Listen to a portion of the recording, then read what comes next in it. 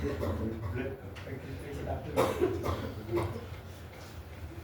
assalamualaikum warahmatullahi wabarakatuh. Waalaikumsalam warahmatullahi wabarakatuh. Gimana kabarnya hari ini? Alhamdulillah, luar biasa. Sehat ya. Sebelum kita mulai pembelajaran pada hari ini, baiknya kita baca basmalah bersama-sama. Bismillahirrahmanirrahim. Oke, pembelajaran kita pada hari ini yaitu sejarah perkembangan Islam di Asia Tenggara. Nah, di Asia Tenggara ini ada terdiri dari beberapa negara, yaitu Thailand, Filipina, Singapura, Malaysia, Vietnam, Brunei, dan Myanmar. Masuk pada poin yang pertama, yaitu sejarah perkembangan Islam di Thailand. Nah, Islam masuk pertama kali ke Thailand itu melalui kerajaan Patani sejak abad ke-19 yang dibawa oleh ulama Jawa dan pekerja dari Malaysia dan Indonesia. Nah, Islam di Thailand itu mulai berkembang sejak abad ke-19, terutama di wilayah Patani yang dulu dikenal sebagai pusat ulama dan cendekiawan muslim. Nah, banyak guru dari Jawa yang mengajarkan Al-Quran dan kitab berbahasa Arab Jawi. Bahkan sampai sekarang kitab itu masih dipakai di sekolah-sekolah Islam di Thailand Selatan. Nah, perkembangan Islam ini semakin pesat ketika pekerja dari Malaysia dan juga Indonesia datang ke wilayah Bangkok untuk membantu pembangunan. Mereka juga mendirikan masjid dan juga lembaga pendidikan. Meski mayoritas penduduk Thailand itu beragama Buddha, umat Islam diberi kebebasan beribadah, yaitu mendirikan masjid dan sekolah. Dan kini terdapat ribuan masjid dan sekolah serta hubungan pendidikan dengan universitas yang internasional. Lalu poin yang kedua,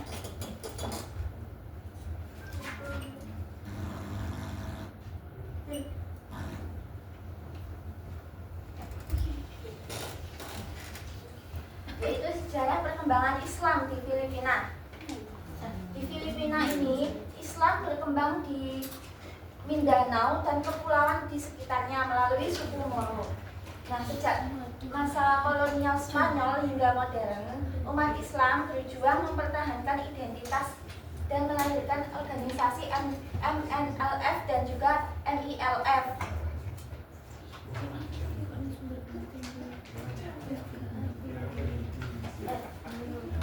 Suku Moro itu menjadi simbol umat Islam di sana. Mereka itu dikenal sebagai pelaut tangguh sekaligus pejuang yang sudah berabad-abad melawan penjajah dari Spanyol, Amerika, dan juga Jepang. Lalu setelah Filipina merdeka, umat Islam membentuk organisasi seperti MNLF tadi dan juga MILF yang bertujuan untuk memperjuangkan otonomi bahkan kemerdekaan.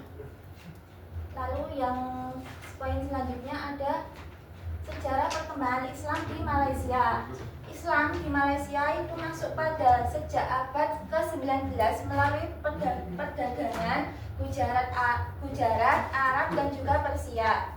Penyebaran berlangsung damai, diterima baik oleh masyarakat maupun elit kerajaan. Malaysia kemudian menjadikan Islam sebagai agama resmi dengan sistem hukum syariah dan juga lembaga pendidikan Islam yang berkembang pesat.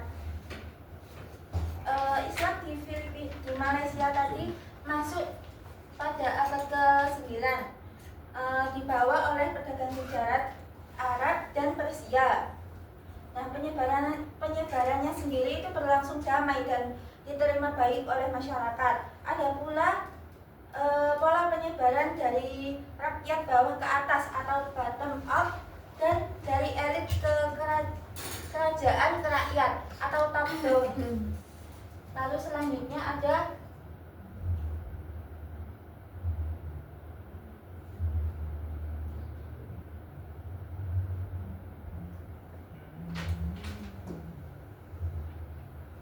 perkembangan Islam di Brunei. Islam hadir sejak abad ke-10 dan menjadi agama resmi pada masa Sultan Muhammad Shah yang pada tahun 1406. Lalu perkembangan semakin pesat di bawah Sultan Syarif Ali. Setelah merdeka dari Inggris pada 1983, Brunei menetapkan sistem monarki Islam dengan Sultan Hasanal Bolkiah sebagai pemimpin. Lanjut, sejarah perkembangan Islam di Vietnam. Nah, Islam di Vietnam ini masuk melalui perdagangan India, Persia, dan juga Arab ke komunitas Cham sejak abad ke-10, dan kini jumlah muslim relatif kecil sekitar 70-100.000 jiwa di mayoritas Cham. Meski berada di bawah kontrol pemerintah komunis, umat Islam tetap dapat beribadah dan mendirikan madrasah. Lalu yang selanjutnya, sejarah perkembangan Islam di Singapura. Nah, di sini Islam hadir itu sejak abad ke-15 melalui perdagangan Arab. Mayoritas muslim berasal dari etnis Melayu, India, dan juga Arab. Pemerintah mengesahkan Undang-Undang Administrasi Hukum Islam atau AMLA pada 1966 dan membentuk MUIS untuk mengatur urusan Islam, termasuk zakat, wakaf, dan juga sertifikat halal.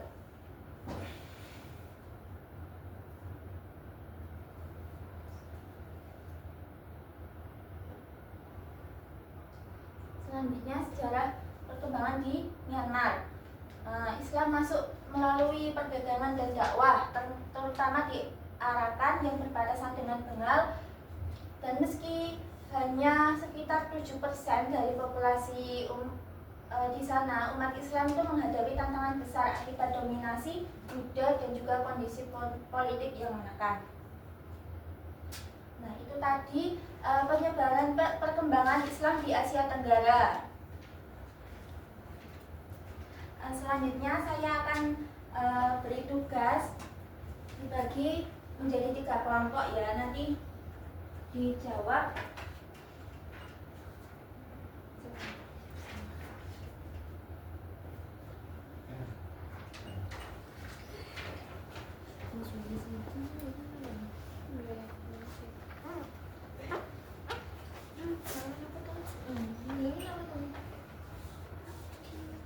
Saya beri waktu 5 menit ya.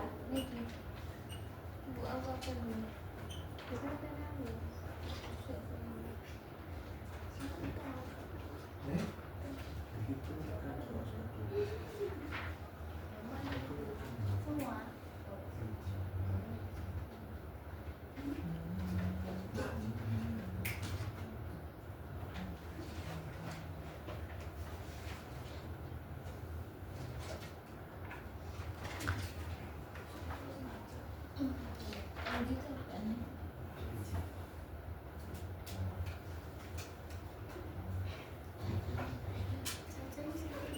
Sudah? Sudah ya? Kalau sudah nanti dikumpulkan menjadi satu dan ketua kelas dikumpulkan ke meja saya ya. Iya, udah. Oke, itu tadi penjelasan tentang perkembangan Islam di Asia Tenggara.